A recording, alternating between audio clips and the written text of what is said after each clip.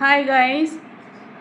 आज मैं मेरी जो मम्मी है उनका बर्थडे है, 74th बर्थडे।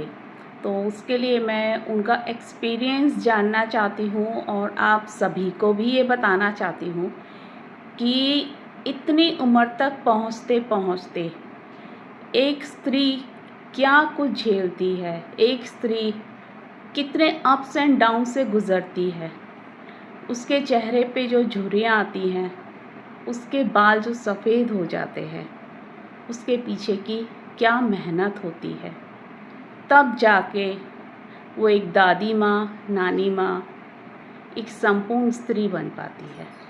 तो आज मैं मेरी मम्मी का एक्सपीरियंस आपके सामने थोड़ा सा साझा करना चाहूँगी। बड़े बड़े सेलिब्रिटीज़ के वीडियोस देखना, उनके बारे में जानना, ये सब आपकी पहली पसंद होती है। लेकिन आपके जीवन के सबसे बड़े सेलिब्रिटी, सबसे बड़े आपके टीचर, वो आपके माता पिता होते हैं। तो पहले उनके बारे में आप जानिए और उसके बाद में दुनिया बाद में आती है, फिर आप उनके बारे में भी जानिए। लेकिन आज जो मैं साझा करूँगी, आप मेरे साथ बने रहिए, थोड़ी देर में मैं आपको मिलती हूँ। गाइस, ये मेरी मम्मी है। नमस्ते मम्मी जी। नमस्ते बेटा, खुश रहो। अभी मैं आपसे एक सवाल करना चाहती हूँ कि आपकी जो है कल 74th बर्थडे है, ठीक है। इतनी उम्र तक आपकी जो लाइफ के एक्सपीरियंस रहे हैं, अच्छे बुरे, आपके बहुत सारे अप्स एंड डाउन्स आए, तो आप उसके बारे में, अपने बारे में बात करो आज। सबसे पहले तो ये है कि जो भी वीडियो देखेंगे उनको मेरा दिल से प्यार और आशीर्वाद। खुश रहो बेटा। मैं तो हमेशा खुश रही और सब कुछ अच्छा ही रहा मेरा। मेरी शादी हो गई, शादी होके मैं यहाँ आई तो सब कुछ, मेरे सास ससुर भी बहुत अच्छे थे, मुझे बहुत प्यार करते थे और सबसे बड़ी बहू थी मैं उनकी। मैंने वो निभाया जो उनको चाहिए था, वो सब किया मैंने, और वो भी मेरे से बहुत खुश थे। लेकिन अब वो इस दुनिया में नहीं है। मेरे सास ससुर भी बहुत अच्छे, वो मुझे बहुत लाइक करते थे और वो जो चाहते थे वैसा ही मैंने किया और वो बहुत ही खुश थे मेरे से। पति भी मेरे अच्छे। फिर ऐसे ही 2-2.5 साल हो गए शादी को। उसके बाद मेरी बेटी आई बड़ी, लतेश। उसके बाद मीनाक्षी, उसके 4 साल बाद। उसके बाद 2 साल बाद बेटा गजेंद्र। बच्चों में मैं इतनी खुश के मेरे को तो सारे जहान की खुशियाँ मिल गई। इस तरह से जीवन चलता रहा। बच्चे पढ़ाए लिखाए, बड़े हो गए, फिर इनकी शादियां हो गई, ये अपने अपने घर चले गए, सेटल हो गए।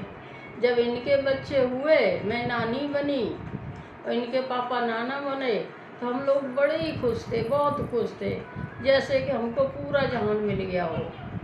उन बच्चों का मुंह देख देख के तो हम इतने खुश थे कि कहने की बात नहीं, बहुत खुश थे। फिर 2 पोती आई, बेटे की बेटियां। बस घर में रौनक रहती है बच्चों से, अच्छा लगता है। बड़े बच्चे हो गए, कॉलेज में चले गए, घर में अच्छा नहीं लगता तो कई बार रोना भी आ जाता है। छोटी पोती है, उसके साथ मन लगा लेते हैं और चलता है। बस ऐसी ही लाइफ चलती है। बच्चे जब सब मिलते हैं, आते हैं, खुशी से एक साथ बैठते हैं, खाते हैं, पीते हैं, तो हमको बहुत अच्छा लगता है। Thank you. लाइफ में ऐसा होता है समटाइम कि हमारे को चीज़ें एडजस्ट करने में बहुत तकलीफ़ हो जाती है, लेकिन फिर भी हम उसको मैनेज करते हैं।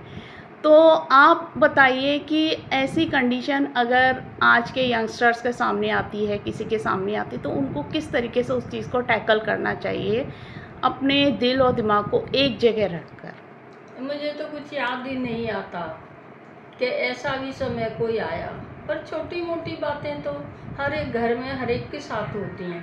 पर ऐसी बड़ी बात कभी नहीं हुई मेरे साथ जो मुझे बुरा लगा हो या उन सबके साथ रहने में मुझे अच्छा नहीं लगा हो।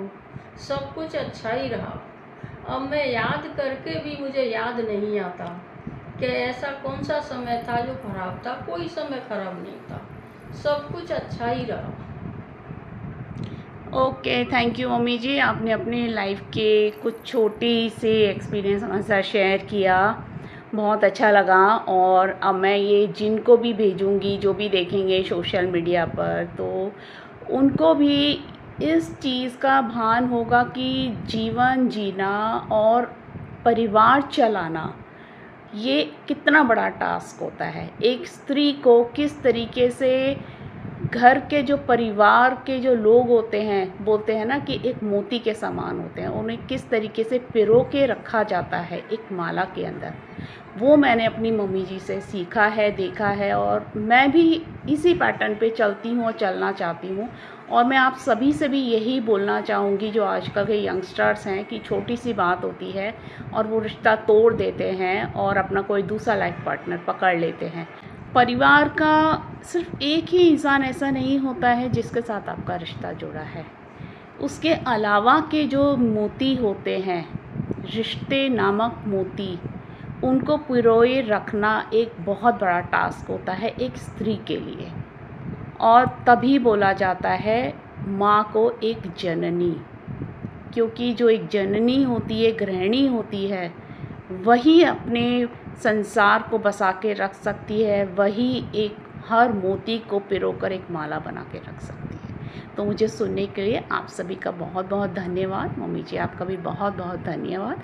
And in advance happy birthday. आपका कल 74th बर्थडे है, तो आपको हमारी तरफ से ढेरों सारी शुभकामनाएं। आप 100 साल जिए, हमारी ये आशा है। थैंक यू गाइस हमें सुनने के लिए। Take care, bye, love you all.